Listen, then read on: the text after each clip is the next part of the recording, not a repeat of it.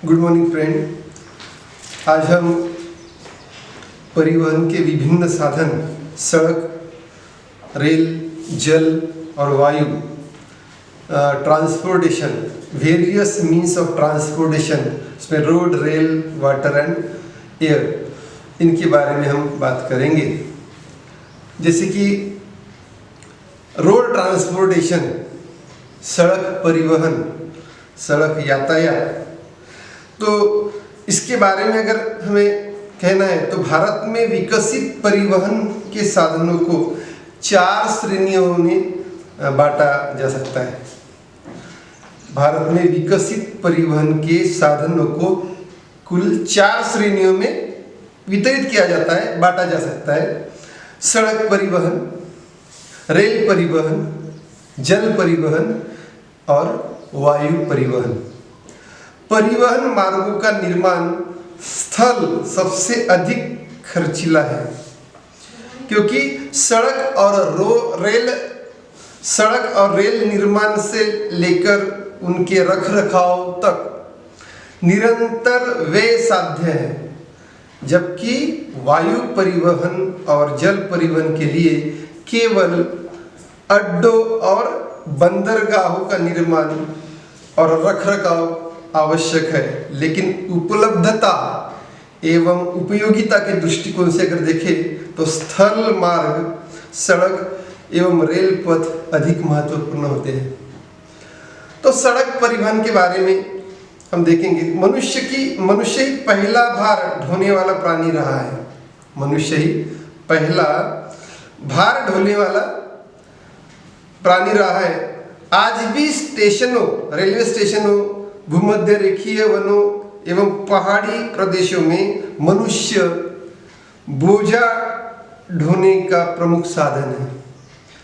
एक मनुष्य केवल 18 किलो से 40 किलो तक बोझ लाद कर ले जा सकता है, किंतु आज मनुष्य का उपयोग वही होता है जहां अन्य साधन उपलब्ध नहीं होते हैं।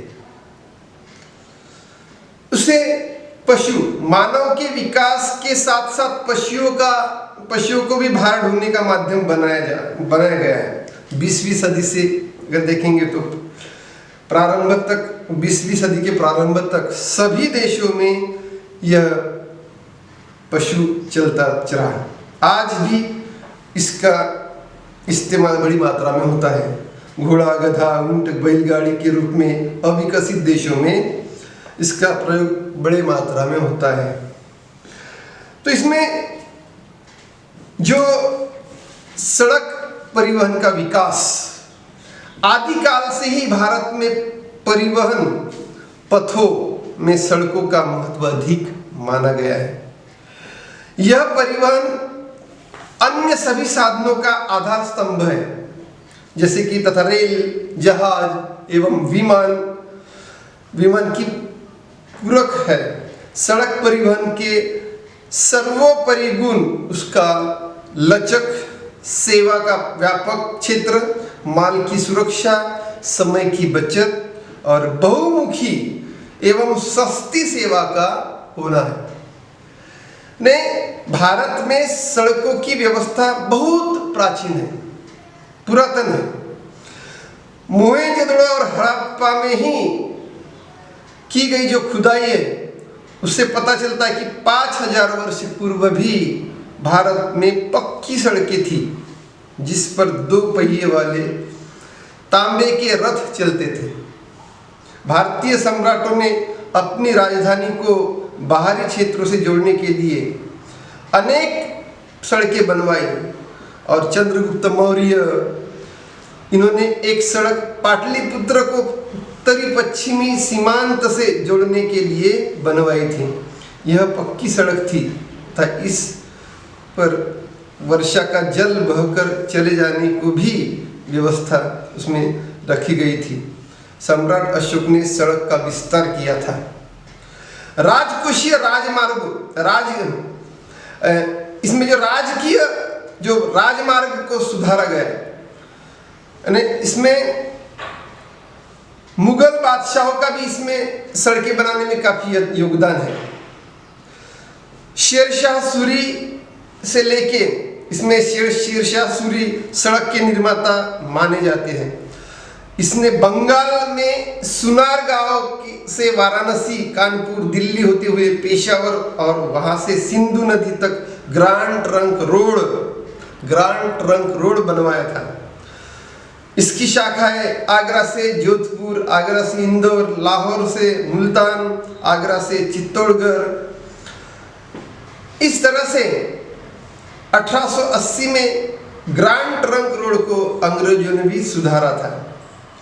इसके उपरांत मिर्जापुर से जबलपुर, नागपुर से बंबई, ग्रैंड डेक्कन रोड, आगरा से झांसी होकर जाने वाली वेस्टर्न डेक्कन रोड, ऐसी रोड बनवाई थी। तो इस प्रकार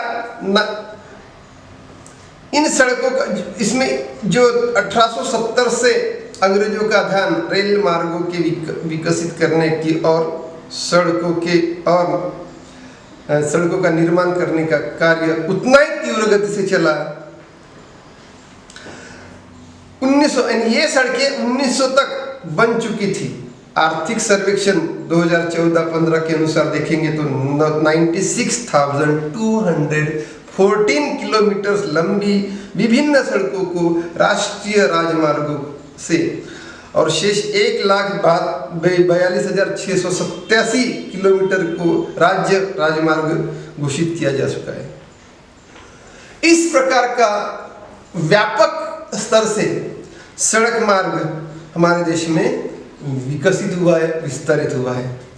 तो इसमें जिस राष्ट्रीय राजमार्ग, राजकीय राजमार्ग, स्थानीय अथवा जिले की सड़कें, गांव की सड़कें, इस प्रकार से सड़कों के प्रकार हमारे देश में देखने को मिलते हैं। इसमें एक्सप्रेस हाईवे, एक्सप्रेस राजमार्ग कहते उसको, व्यापारिक वाहनों के चलने के हेतु 5 एक्सप्रेस राजमार्ग बनाए गए हैं।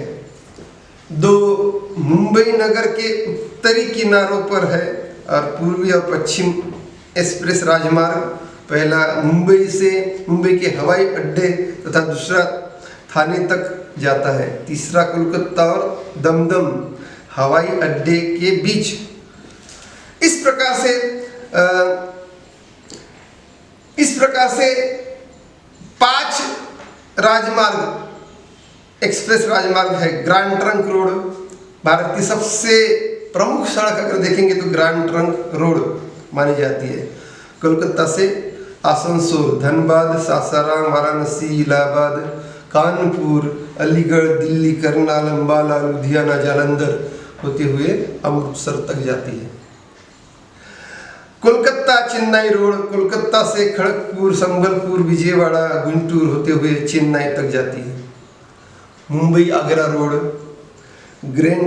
Great Deccan road, Mumbai Kolkata road, Chennai Mumbai road, Pathankot Jammu road, Guwahati Cherrapunji road, इन प्रकार के जो सड़कों के अतिरिक्त कर्नाटक, केरला, महाराष्ट्र, गोवा राज्यों की सरकारों ने तटीय भागों में सड़कों का निर्माण बड़ी मात्रा में किया है। जैसे उत्तर प्रदेश, बिहार, पश्चिम बंगाल, आसाम होते हुए 2165 किलोमीटर लंबी सड़क जो बरेली से अमीन गांव या वहाँ से निकलती है, इसका निर्माण किया गया है। भारत में कुल सड़कों की लंबाई अगर देखेंगे तो राष्ट्रीय राजमार्ग का हिस्सा 2% है, जबकि राज्य राजमार्ग का 3.9% और शेष है 94.1% सड़कें जिला मार्ग या ग्रामीण मार्ग की है। इस प्रकार की जो सड़कों का भौगोलिक वितरण अगर देखेंगे तो यह आश्चर्यजनक तथ्य इसमें मिलते हैं। देश की कुल सड़कों का आधे से अधिक भाग दक्षिण के पठार पर है, क्योंकि वहाँ सड़कें बनाने के लिए कच्ची चट्टानें पाई जाती है और धरातल पहाड़ी होने के कारण सड़कें उत्तरी भारत की अपेक्षा कठोर और सुदृढ़ होती है। दक्षिण भारत में अगर देखेंगे तो पक्की सड़कें ही अधिक पाई जाती है और उत्तरी भारत में पत्थरों की कमी होने के अधिकांश सड़कें कच्ची होती है। राजस्थान के रेतीले मरुस्थल में मालवा के पठार का असमान धरातल होने के कारण, असम के पहाड़ी भागों में वर्षा अधिक होने के कारण सड़कें बनाना अधिक व्यय साध्य पाया जाता है। इसलिए इन भागों में सड़कों का अभाव पाया जाता है। गंगा के मैदानों में अच्छी पक्की सड़कें की कमी, क्योंकि लगभग प्रतिवर्ष नदियों की बाढ़ आ जाने से टूटती हुई अधिक से अधिक सड़कें टूटती रहती है। यह अधिकतर सड़कें कच्ची पाई जाती है। तो इस प्रकार से सड़कों का जो भौगोलिक वितरण देश में पाया जाता है। योजनाओं के अंतर्गत सड़क परिवहन का विकास भिन्न भिन्न योजनाओं में हुआ है। भारतीय सड़क 1 करोड़ पशु वाहन, 6,20,000 लाख ट्रक, 4.40 लाख बसें, 12.30 लाख व्यक्तिगत मोटर, ऐसी कई प्रकार की हम अंतर्गत सड़कों के परिवहन का विकास अगर देखें इस तरह से देश में देखने को मिलता है। इस प्रकार संपूर्ण माल सड़क परिवहन निजी क्षेत्रों में किया जाता है। जहां तक यात्री सड़क परिवहन का प्रश्न है, इसका लगभग 60% निजी क्षेत्र में और 40% सार्वजनिक क्षेत्र में सड़क निर्माण पाया जाता है, इसका विकास पाया जाता है। प्रथम योजना के आरंभ में देखेंगे तो पहली पंचवार्षिक योजना, इसमें देश में 1.57 लाख किलोमीटर पक्की और 2.43 लाख किलोमीटर कच्ची सड़कें थी। इस योजना काल में 98,000 किलोमीटर लंबी सड़कें बनाई गई थी। तो इसमें द्वितीय तृतीय ऐसी कई सारी योजनाएं हैं। इन योजना में काफ़ी विकास हुआ। 1960 में अगर देखेंगे तो 20 वर्षीय योजना, सड़क योजना में 20 वर्षीय योजना में 7,600 किलोमीटर पक्की सड़कें, 78,000 किलोमीटर कच्ची सड़कें बनाई गई। इस प्रकार से देश का आर्थिक विकास, सामाजिक विकास परिवहन माध्यम से होते रहा। 20 वर्षीय सड़क योजना विकास योजना 20 वर्षीय सड़क विकास योजना हमारे देश में प्रारंभ हुई। राज्य सरकारों ने बड़ी मात्रा में इंजीनियरों के माध्यम से एक समिति गठित की और हैदराबाद में 1960 में एक 20 वर्षीय योजना बनाई, जिसके अंतर्गत राष्ट्रीय सड़कों में 132%, प्रांतीय सड़कों में 100%, जिलों की सड़कों में 80% और गाँव की सड़कों में 43% की वृद्धि इसका लक्ष्य अपनाकर सड़कों का निर्माण किया गया। इस क्षेत्र में अविकसित कृषि क्षेत्र में प्रशासन कार्यालयों, तीर्थ स्थानों, पर्यटन क्षेत्रों, स्वास्थ्य प्रदेशों, विश्वविद्यालयों, सांस्कृतिक संस्थाओं, औद्योगिक एवं वाणिज्यिक केंद्रों, बड़े रेल जंक्शनों एवं बंदरगाहों का विशेष ध्यान रखा गया। देश का सबसे लंबा राष्ट्रीय राजमार्ग 7 नंबर है। सबसे बड़ा राष्ट्रीय राजमार्ग 7 नंबर है, जो वाराणसी से कन्याकुमारी तक जाता है तथा इसकी लंबाई 2,369 किलोमीटर पाई जाती है। इनके जरिए कुल सड़क यातायात 40% आवागमन होता है और राज्यों में सड़कों की सबसे अधिक लंबाई महाराष्ट्र में है, जो 3,61,893 किलोमीटर। इन 20 वर्षीय सड़क योजनाओं की प्राथमिकता बड़ी विकसित मात्रा में विकसित क्षेत्र पे ज़्यादा ध्यान दिया गया। नगरों की निकटवर्ती सड़कों को या मुख्य सड़कों पर जहाँ पुल छूटे हैं तैयार कराना या सड़कों को पक्का बनाना। अभी तक इस योजना में 5,200 करोड़ व्यय होने का अनुमान था। अभी इसकी चौड़ाई, इसकी लंबाई 10,51,200 किलोमीटर हो जानी थी। प्रति 100 वर्ग किलोमीटर पीछे सड़कों की लंबाई 2.1 किलोमीटर होनी थी। इस योजना को लक्ष्य बनाने के लिए कई प्रकार की विकास परिषद यानी परिवहन विकास परिषद की स्थापना की गई। इसके अंतर्गत बड़ी मात्रा में सड़कों का निर्माण किया जाने लगा। तो भारतीय सड़क परिवहन को प्राथमिक श्रेणी का व्यवसाय माना जाना चाहिए और इस प्रकार से सड़क परिवहन की नई कंपनियों को आयकर से विकास छूट दी जानी चाहिए। सड़क परिवहन सहकारी समितियों को प्रोत्साहित किया जाना चाहिए। उसमें सड़कों का सुधार किया जाना चाहिए। सड़क परिवहन से संबंधित क्षेत्रों में बहुमुखी करों में कमी की जानी चाहिए। भारत में सड़कों के विकास के लिए विश्व बैंक द्वारा $51.5 मिलियन लगभग 180 करोड़ से ज़्यादा का ऋण स्वीकार किया गया, जबकि सड़क विकास परियोजना पर $68 मिलियन का व्यय अनुमानित किया था। परियोजनाओं की लागत की शेष राशि केंद्र एवं राज्य सरकारों द्वारा वहन करने की योजना बनाई गई थी। 25 दिसंबर 2000 की केंद्रीय सरकार ने प्रधानमंत्री ग्राम सड़क योजना की शुरुआत की। इसके अंतर्गत 60,000 करोड़ व्यय होने का अनुमान था। इस योजना का लक्ष्य 1,000 की जनसंख्या वाले सभी गांवों को तथा 500 की जनसंख्या वाले हर गांव को 7 वर्षों के भीतर पक्की सड़कों से जोड़ दिया जाएगा।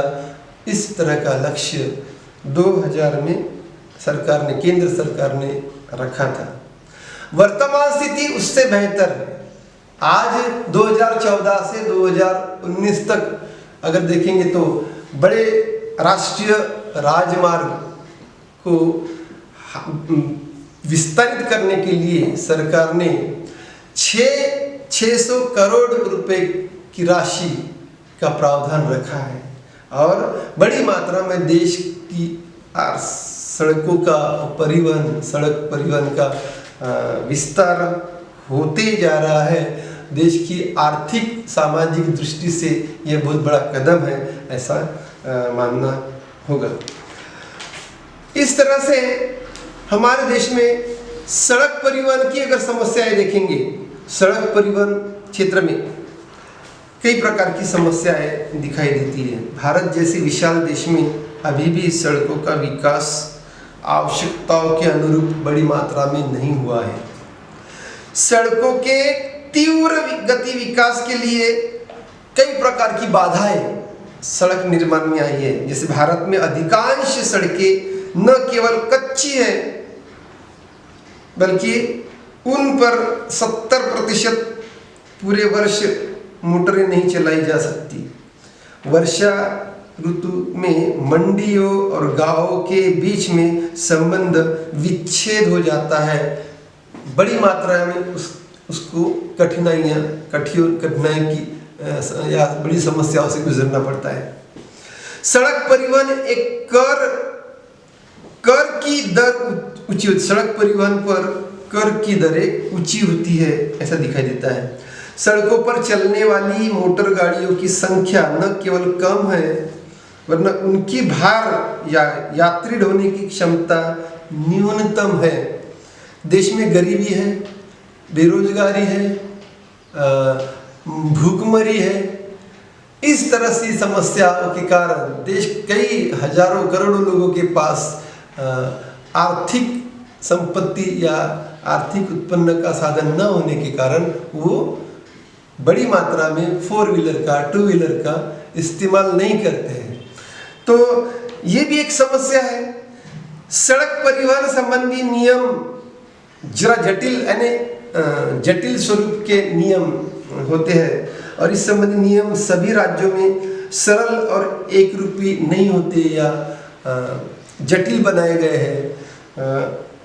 इसलिए सड़क परिवहन की समस्याएं काफ़ी मात्रा में दिन ब दिन दिखाई देती है। सड़कों की विकास में अगर सड़क के विकास की आवश्यकता अगर होती है तो सड़कों का निर्माण बड़ी मात्रा में एक विस्तारित स्वरूप निर्माण करने के लिए सड़कों के विकास की अत्यंत आवश्यकता है। देश की आर्थिक कृषि विकास करना है तो कृषि और ग्रामीण परिवहन की आवश्यकताओं को देखें तो उनकी आवश्यकताओं की पूर्ति के लिए सड़क परिवहन या रोड ट्रांसपोर्टेशन के विकास पर अधिक ध्यान देना बहुत जरूरी है। सड़कों का विकास करना कई प्रकार के तथ्यों के कारण और एक उसकी आवश्यकता भी अधिक तीव्र होती है। एक सड़क रेल मार्ग या एक सड़क बनाने के लिए रेल मार्ग से 3 गुना ट्रैफिक के लिए उपयुक्त मानी गई है, क्योंकि एक लाइन पर एक समय में एक ही गाड़ी निकल सकती है, रेल निकल सकती है, जबकि सड़क पर निरंतर मोटरें और ट्रक चलते हैं और बड़ी मात्रा में यातायात होती है।